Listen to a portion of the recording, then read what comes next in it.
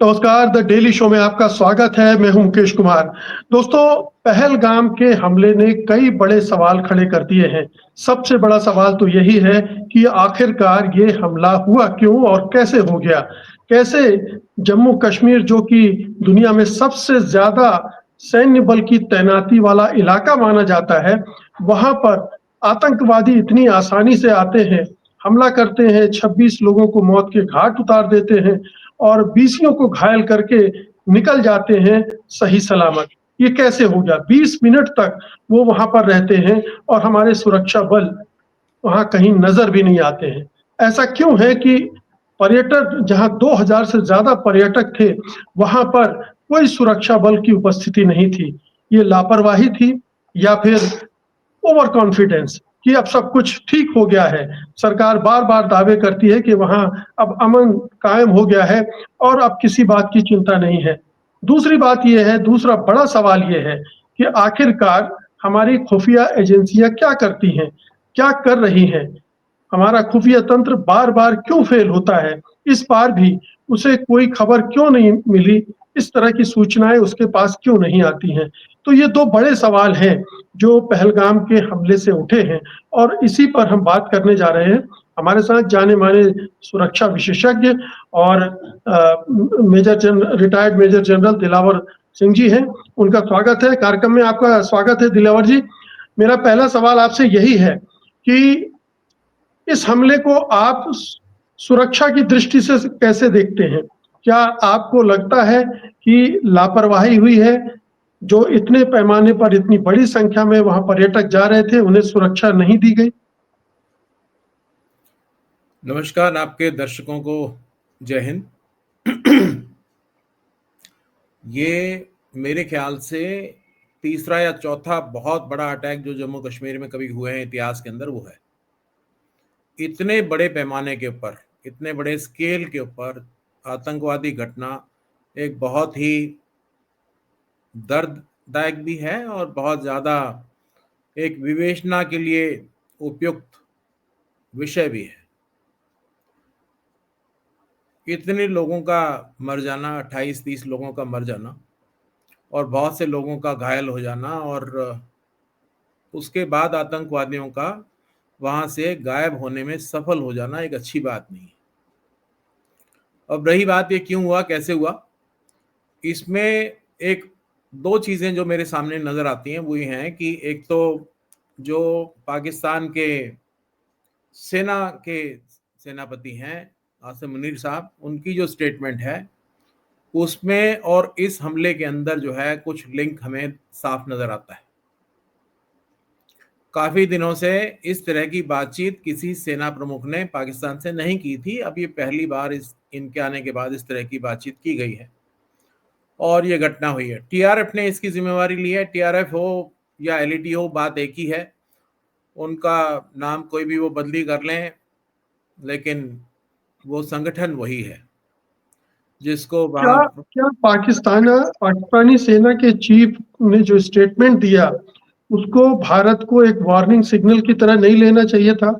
आपने कहा कि दोनों में कोई कनेक्शन है, दिख रहा है, तो उसी से अलर्ट हो जाना चाहिए था हमारी सुरक्षा व्यवस्था को कि इस तरह की कोई घटना को अंजाम दिया जा सकता है।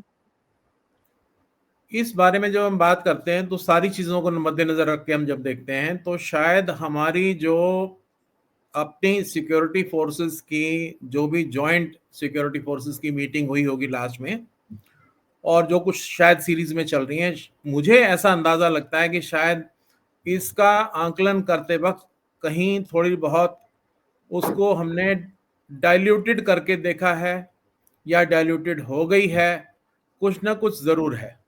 क्योंकि अगर थ्रेट परसेप्शन को सही तरीके से आकलन किया जाता तो हमें इस चीज का और ज्यादा आभास होता और ज्यादा सख्ती से और त्वरितता से हम लोग इस कार्रवाई को कर पाते जिसमें कि इसकी प्रिवेंशन की आवश्यकता है। मैंने कश्मीर में 5 बार नौकरी की है और ज्यादातर आतंकवाद के खिलाफ ही नौकरी की है, और ऐसी जगहों पर मेरी तैनाती रही जहां पर कि बहुत ज्यादा हमले तकरीबन हर तीसरे दिन होते थे।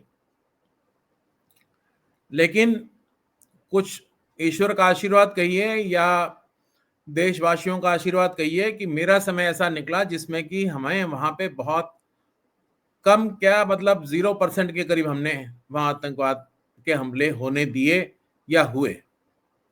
और उसके लिए सबसे जरूरी चीज जो है वो इंटेलिजेंस। ये किस और समय की बात है दिलावर साहब, ये कब, कौन सा पीरियड था ये? जब पीक पे था टेररिज्म, जब टेररिज्म पीक पे था, मैं उस वक्त वहां था, नाइन 1999 से लेकर के और 2004 तक, उसके जी। बाद भी। तो उस वक्त भी मेरा जो सोचना है वो ये है कि इंफॉर्मेशन और इंटेलिजेंस के लिए हर प्रकार के सूत्रों का हमें इस्तेमाल करना चाहिए। और आज के दिन तो पहले से ज्यादा हमारे पास कैपेबिलिटीज हैं, क्योंकि हमारे समय पे तो मोबाइल नहीं था, बाकी जो आज टेक्नोलॉजी वो नहीं थी। आज हमारे पास बहुत ज्यादा टेक्नोलॉजी है, मोबाइल्स हैं, ड्रोन्स हैं, सर्विलेंस है, बहुत सारी चीजें हैं हमारे पास। तो अगर ठीक समय पर ठीक इनपुट्स मिल जाएं और उसको ठीक, फिर हमेशा देखो इनपुट कभी भी पूरा और करेक्ट नहीं होता है। इंटेलिजेंस और इंफॉर्मेशन में अंतर होता है जो बहुत से लोग नहीं समझते हैं। इंफॉर्मेशन मिल जाती है लेकिन इंटेलिजेंस बनानी पड़ती है। जो इंफॉर्मेशन मिलती है वो पैसिव है, उसको एक्टिव करके और उसके ऊपर और ज्यादा काम करके उसको एक्टिव इंटेलिजेंस बनाना पड़ता, एक्शनेबल जिसको हम बोलते हैं आर्मी के अंदर, इंटेलिजेंस बनाना पड़ता है, बाकी चीजों को तुरंत कार्रवाई में लेते हुए। एक बार मेरे को याद है कि बहुत ज्यादा मात्रा में आरडीएक्स लेकर के टेररिस्ट हमारे हिंदुस्तान में स्मगल हो गए थे, घुस गए थे, और हमें पता लगा था करीब 24 घंटे बाद। और हमने फिर विद इन 24 आवर्स उसका जो है एक बिल्कुल जेनरिक इंफॉर्मेशन थी, जेनरिक इन द सेंस कि सिर्फ ये पता है कि बॉर्डर पार करके एक व्यक्ति इतना आरडीएक्स लेकर के आ गया है। अब उसको कहां गया है, कौन से गांव में गया है, कौन से डिस्ट्रिक्ट में गया है, किस रास्ते से गया है, किस तरह दिखता है, कैसा दिखता है, कैसे पकड़ना है, उसमें सारी कार्रवाई हमारी खुद की है, हमें करना पड़ेगा। और वो करके हम लोग सफल रहे। तो ये भी मैं मानता हूं कि इस तरह की कार्रवाइयां जो हैं पहले भी हुई हैं, जिसके अंदर की मैं आपको याद दिलाऊं कि रामबन के झूला ब्रिज है एक वहां पे, और उसके ऊपर जो है बस से पहले जवानों को उतार दिया जाता है, क्योंकि झूले के ऊपर बस और सवारी दोनों बैठ के नहीं जाते हैं, और परली तरफ जब बस पहुंच जाती है तो उसके बाद जवान दोबारा पैदल चल के पुल पार करके चढ़ जाते हैं। वहां भी बहुत मात्रा में, बहुत ज्यादा मात्रा में हमारे सैनिकों का नुकसान आतंकवादियों ने किया था। लेकिन उसके बाद जैसे हम लोगों ने अपने इंटेलिजेंस को सुदृढ़ किया और जैसे कार्रवाई को सुदृढ़ किया, तो उससे हमें बहुत ज्यादा फायदा हुआ। मैं मानता हूं कि कहीं ना कहीं, क्योंकि काफी समय से कोई इस तरह की कार्रवाई नहीं हुई, कुछ तो उसके कारण से हो सकता है कि कुछ लिथार्जी रह गई हो, और कुछ जो है हमारी इंटेलिजेंस को हमने उतना तवज्जो नहीं दी जितनी देनी चाहिए। और तीसरी बात, जो इंफॉर्मेशन मिली उसको इंटेलिजेंस में कन्वर्ट करने में जितनी हमें मेहनत, एफर्ट्स, टेक्नोलॉजी, रिसोर्सेज लगाने चाहिए, शायद उतने हम नहीं लगा पाए, वरना ये कभी संभव हो ही नहीं सकता था। लेकिन दिलावर साहब, ये खबरें ये आ रही हैं कि पहलगाम में किसी तरह के सुरक्षा बल की तैनाती थी ही नहीं। मतलब 20 मिनट तक वहां पर वो आतंकवादी अपनी कार्रवाई करते रहे और किसी तरह का रिटेलिएशन दूसरे तरफ से नहीं हुआ। इसका क्या मतलब है? क्या थ्रेट परसेप्शन इतना कमजोर आका गया उस इलाके का कि इसकी जरूरत ही नहीं महसूस की गई कि जहां 2000 पर्यटक इकट्ठे हो रहे हैं, वहां पर सुरक्षा का कुछ तो इंतजाम होना चाहिए। ये लगातार से जो हम लोग बोल रहे हैं कि वहां माहौल अच्छा हो गया, माहौल अच्छा हो गया, माहौल अच्छा हो गया, उससे एक फील गुड और एक कॉन्फिडेंस का माहौल बन गया लोगों के दिमाग में, चाहे वो सिविलियन हो और चाहे वो सिक्योरिटी फोर्सेस हों और चाहे वो डिसीजन मेकर्स हों, चाहे वो पुलिस के सीनियर आला अधिकारी हों, इंटेलिजेंस के हों, मंत्री हों, एलजी साहब हों या होम मिनिस्टर जो भी हो, सब शायद इस बात को लेकर के कॉन्फिडेंट हो गए कि अब शायद इस तरह की कोई बात नहीं होगी। पहली बात। दूसरी बात, थ्रेट परसेप्शन में अगर ये होता कि इस तरह की बातचीत है तो वहां पे डिप्लॉयमेंट होती। अब पहलगाम जिस जगह में ये टूरिस्ट जाते हैं वहां पे डिप्लॉयमेंट पहले भी शायद नहीं होती है, और अगर लगता कि इस तरह की कार्रवाइयां होगी तो जरूर डिप्लॉयमेंट होती। जैसे अमरनाथ यात्रा में डिप्लॉयमेंट रहती है, क्योंकि वहां पे आमतौर पे इस तरह की खबर रहती है कि उसको डिसरप्ट किया जाएगा। पर पहलगाम में टूरिज्म को डिसरप्ट किया जाएगा या इतना बड़ा हमला होगा, इस तरह के स्पेसिफिक इनपुट शायद नहीं रहा मेरे हिसाब से। और अगर रहा और उस पर कार्रवाई नहीं, तो फिर मैं नहीं, उसके बारे में जानकारी नहीं है, लेकिन फिर कार्रवाई होनी चाहिए थी। लेकिन मुझे लगता है कि ये जो फील गुड फैक्टर है और जो हम रिपीटेडली ये बोलते आ रहे हैं कि हमने सब कुछ काबू कर लिया, सब कुछ काबू हो गया, सब कुछ ठीक है, उसके कारण शायद हम लिथार्जी में रह गए और इसमें रह गए कि हमने वहां कोई डिप्लॉयमेंट की नहीं, क्योंकि अगर डिप्लॉयमेंट होती तो रिएक्शन होता, डिप्लॉयमेंट ही नहीं है तो रिएक्शन कहां से होगा? और डिप्लॉयमेंट तब तक नहीं होगी जब तक आदेश नहीं होगा, और आदेश तब तक नहीं होगा जब तक कि थ्रेट परसेप्शन में उसकी क्लियर डेफिनेशन होकर के उसके इंपेरेटिव की तरह उसको ना देखा जाए या आदेश ना दिए जाएं। आपने कहा कि पहलगाम में पहले भी किसी तरह का डिप्लॉयमेंट नहीं होता था, ऐसा क्यों है? जहां इतने लोग इकट्ठे हो रहे हैं, उस इलाके को इतना सुरक्षित क्यों मान लिया जाता है? ये जो इलाका है वो सीमा से लगा हुआ इलाका तो है नहीं। एक पहाड़ी पार करके 2 आतंकवादी आए, उन्होंने हमला किया, 26 लाशें बिछा दी और चले गए। ऐसा कैसे हो सकता है? मतलब आप बता रहे हैं कि तमाम तरह के सर्विलांस के हमारे पास टेक्नोलॉजी है, बहुत सारी तरीके से निगरानी भी की जा सकती, फिर भी क्यों ऐसा चूक हो गई? इसमें एक बहुत बड़ा फैक्टर है जो शायद अभी तक किसी ने चर्चा में नहीं लाया है। वो बहुत बड़ा फैक्टर यह है कि आज तक जितनी भी टेररिस्ट एक्टिविटीज हुई हैं, एक बिल्कुल क्लियर स्ट्रेटजी हमारी तरफ से और उनकी तरफ से, दोनों की तरफ से ये थी कि अगर आतंकवादी हमला करेंगे तो सिक्योरिटी फोर्सेस पे हमला करेंगे, और हम अगर हमला करेंगे तो आतंकवादी पे हमला करेंगे। हमने कभी आतंकवादियों के परिवारों पे हमला नहीं किया, हमने कभी किसी सिविलियन पे हमला नहीं किया। और इसी तरह से क्योंकि ये माना जाता था कि आतंकवादी लोकल ज्यादातर इंटरेस्ट को रिप्रेजेंट करते हैं, तो वहां की इकोनॉमी को खराब ना होने देने के लिए, वहां की रोजी रोटी चलने देने के लिए, वहां का बिजनेस चलने देने के लिए, वहां का काम चलने देने के लिए जो मेन काम है वो टूरिज्म है। तो टूरिज्म को डिसरप्ट करने की कार्रवाई कभी भी आज तक किसी भी टेररिस्ट ऑर्गेनाइजेशन ने नहीं की, ये फैक्ट है। ये पहली बार है जब इतना बड़ा हमला वो भी टूरिस्ट के ऊपर किया गया, जिससे कि नुकसान आम कश्मीरी का होगा, उसके बिजनेस का होगा, उसकी रोजी रोटी का होगा, चाहे टैक्सी वाला है, चाहे वो अपना गाड़ी वाला है, चाहे वो होटल वाला है, चाहे वो रेस्टोरेंट वाला है, चाहे कपड़े वाला है, चाहे वो अपना मोमेंटो वाला, कोई भी वहां पे है उसका सबका नुकसान होगा, गाइड है, बाकी है। तो ये जो सारा नुकसान है, मुझे लगता है कि इससे जो आम कश्मीरी है वो भी इस हमले के खिलाफ होगा, जितना भी समझदार कश्मीरी है। क्यों? ये उनके खिलाफ हमला है, आम कश्मीरी के खिलाफ हमला है ये। इससे उनको आगे आने वाले समय में सपोर्ट नहीं मिलेगी, मुझे लगता है ऐसा होगा। और इस चीज को देखते हुए मुझे लगता है कि कोई लोकल कश्मीरी ऑर्गेनाइजेशन जैसे कि हिजबुल मुजाहिदीन है, जिसके अंदर ज्यादातर लोग हमारे इंडियन कश्मीर से हैं, उन्होंने नहीं किया होगा ये हमला। मैं मान सकता हूं इस बात को, मैं इस बात को भी अंदाजा लगा सकता हूं बड़ी क्लियरली। ये हमला केवल और केवल पाकिस्तानियों के द्वारा, पाकिस्तानी लोगों के द्वारा, उनके ही वहां के लोग जो टेररिस्ट बने हुए हैं उनके द्वारा ही किया गया है, और ऐसे समय पे किया गया जिस समय की वाइस प्रेसिडेंट ऑफ अमेरिका यहां पर हैं। ये एक डिफाइंस, प्लान्ड, डेलिबरेट एक्शन है। और अगर आप देखेंगे इसी तरह पहले भी इन्होंने कोशिश की है, जब कोई बड़ा आदमी आता है और खासतौर पर अमेरिका से, तो ये लोग इस तरह का हमला करने की कोशिश करते हैं। टीआरएफ बोलो, लश्कर ए तैयबा बोलो, कोई भी बोलो, ऑर्गेनाइजेशन वही है। ज्यादातर लोग पाकिस्तान से हैं, कुछ लोग अफगानिस्तान से पहले होते थे, आज के दिन मेरे को अंदाजा नहीं कि कुछ है या नहीं है।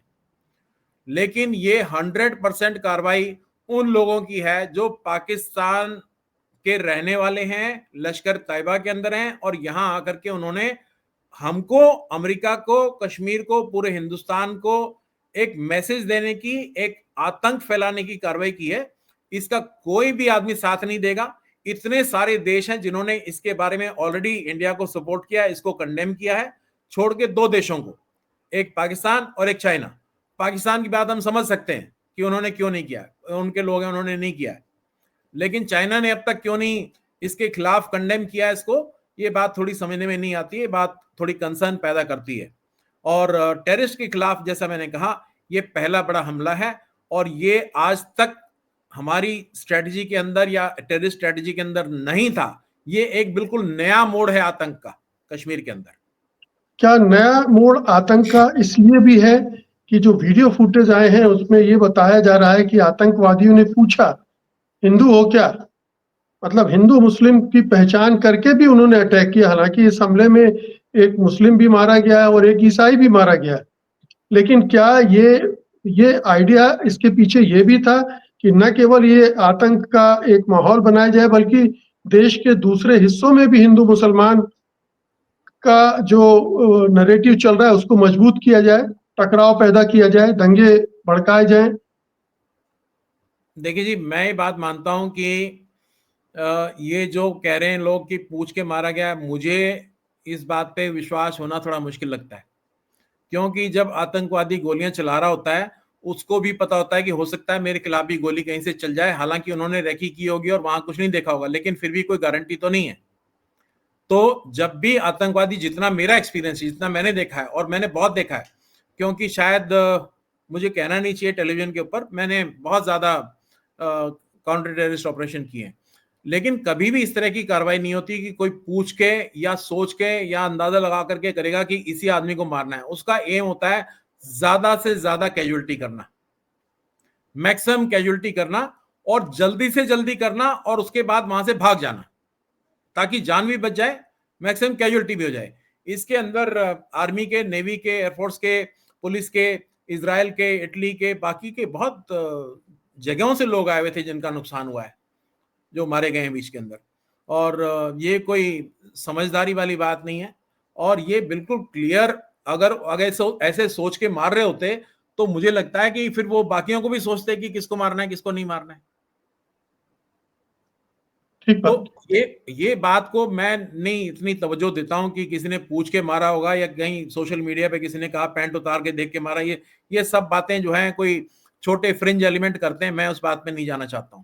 मैं सोचता हूं ये इमेच्योर बातें हैं, और इससे एक देश के अंदर एक धार्मिक दुर्भाव फैलता है, वो बिल्कुल गलत है भी नहीं और होना भी नहीं चाहिए।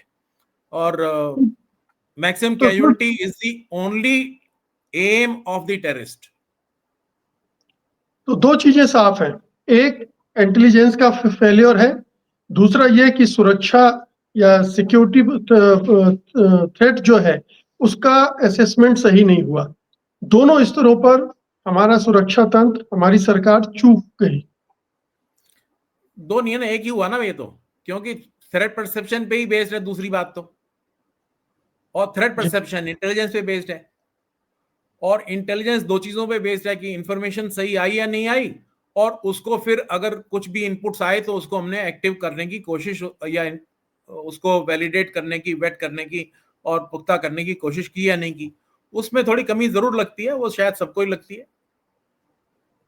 ये बताइए कि अब क्या हो सकता है, अब क्या कार्रवाई होगी? ऑपरेशन तो शुरू हो गए हैं, कुछ गिरफ्तारियां भी हो गई हैं। आपको क्या लगता है कि क्या ये एस्केलेट करेगा? क्या भारत सरकार कोई बड़ी कार्रवाई भी कर सकती है? भारत सरकार को कार्रवाई करनी पड़ेगी, उसके अंदर उनके पास चॉइस ही नहीं होगी, क्योंकि जो जनमानस का जो उद्वेलन है इस वक्त, आज के दिन, वो मजबूर करेगा सरकार को कार्रवाई करने के लिए। अब सरकार के पास लेकिन एक ऑप्शन जरूर है कि कितनी डिग्री की कार्रवाई की जाए और किस समय की जाए। तो मैं हमेशा ही मानता हूं कि जो भी सिक्योरिटी फोर्सेस हैं वो हमेशा अपना टाइम अपने हिसाब से चुनती हैं, और उनको जिस तरह के आदेश मिलेंगे कि कितने बड़े स्केल पे कार्रवाई होनी है, तो उस स्केल पे कार्रवाई वो करेंगे। और अगर हमारी सिक्योरिटी फोर्सेस कार्रवाई करेंगे तो उसमें हमारे को और पूरे देश को यकीन है कि वो कार्रवाई सफल होगी, उसमें हम चूकेंगे नहीं। उसमें जो हमें टारगेट दिया जाएगा उस टारगेट को हम अचीव कर लेंगे। क्या ये कार्रवाई उसी तरह की हो सकती है जो पुलवामा के बाद हुई थी, या उससे भी बड़े स्तर पर जा सकती है?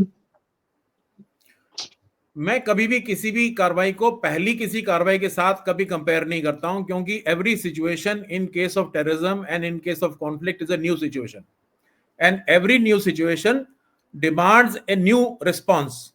तो हर नई सिचुएशन नए रिस्पॉन्स की रिक्वायरमेंट पैदा करती है, और इसके अंदर भी बहुत सारी चीजें देखनी है हमें। अपने कश्मीर के अंदर किस तरह का क्या सिचुएशन पैदा करनी है, जनमानस के अंदर किस तरह का इंपैक्ट पैदा करना है, सिक्योरिटी फोर्सेस को किस तरह का आदेश देना है, हमारे जो इलेक्शन चल रहे हैं उसके अंदर इसका क्या रिलेशन है, बाकी जो चीजों को लोग, पहले वाली चीजों को लोग उठाएंगे, उसके साथ कैसे हमारी सरकार कंपेयर करेगी, सोचेगी। और मुझे लगता है कि इसको ज्यादा सोचने में, करने में ज्यादा देर नहीं लगेगी। सरकार शायद आज या कल में फैसला ले लेगी, और फैसला लेने के बाद जैसे भी सिक्योरिटी फोर्सेस को बताएंगे, तो सिक्योरिटी फोर्सेस उसके अनुसार फिर अपना टाइम चुनेंगे, चाहे वो 2 दिन बाद करें, 10 दिन बाद करें, महीने बाद करें, और कितने बड़े स्केल पे होगा ये जैसे ही उनको आदेश मिलेगा उसके अनुसार वो कर लेंगे। कुछ चीजें हमेशा सेना के पास तैयार होती हैं, कुछ चीजें तो अगर आप अभी कहें तो अभी की अभी 1 घंटे के अंदर की जा सकती हैं।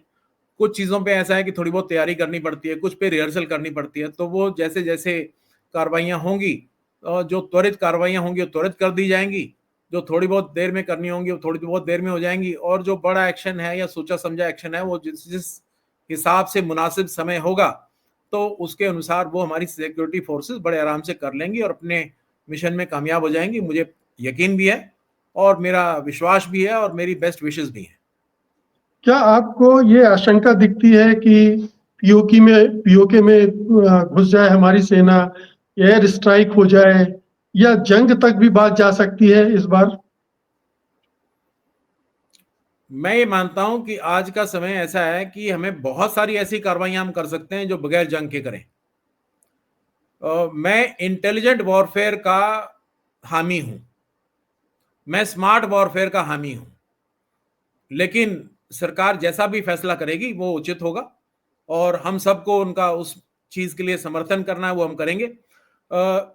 पीओके के अंदर हमला करना as a security forces for conflict करने का मुझे नहीं लगता कि कोई ज्यादा फायदा है, but yes, wiping out of the terrorist basis is certainly an option. जो आतंकी अड्डे हैं उनको वहां पे नेस्तनाबूद करने का ऑप्शन जरूर है, वो शायद करना भी चाहिए, वो शायद होगा भी।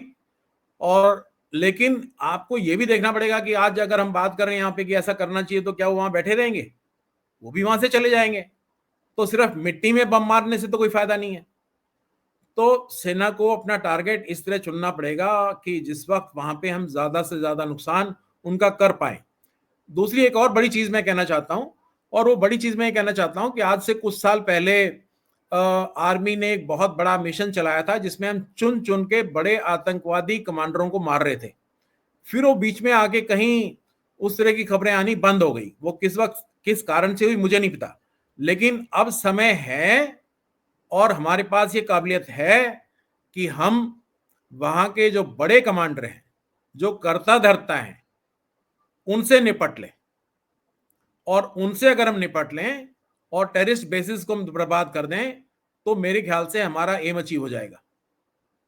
तो टेररिस्ट बेसिस को बर्बाद करने के लिए हमें सीमा पार करनी पड़ेगी और फिर पाकिस्तान रिटेलिएट करेगा, तो एक वार का खतरा तो वहां पर बनता है। फिर अगर आप इंटरनेशनल पॉलिटिक्स और इंटरनेशनल सिस्टम को देखेंगे, तो अगर हम ये मानते हैं कि पीओके डिस्प्यूटेड टेरिटरी है, तो मैंने कहां पार की? मेरी टेरिटरी है, मैं करूंगा। लेकिन पाकिस्तान भी यही कहेगा कि ये तो हमारी टेरिटरी है। बिल्कुल कहेगा, वो कह रहा है और हम भी कह बिल्कुल। रहे हैं। तो दोनों का हक है, कर लें दोनों जो मर्जी। मतलब हमारे ये पास तो इसका हमारा एम क्लियर है। हमें मुझे लगता है कि हम स्मार्ट वॉरफेयर में अगर जाएंगे तो हम शायद ज्यादा एम अचीव कर पाएंगे। और हमारे पास काबिलियत है, हमारे पास हर तरीके की काबिलियत है आज के दिन। बिल्कुल। बहुत बहुत शुक्रिया दिलावर साहब इस बातचीत के लिए। धन्यवाद आपका। नमस्कार। नमस्कार।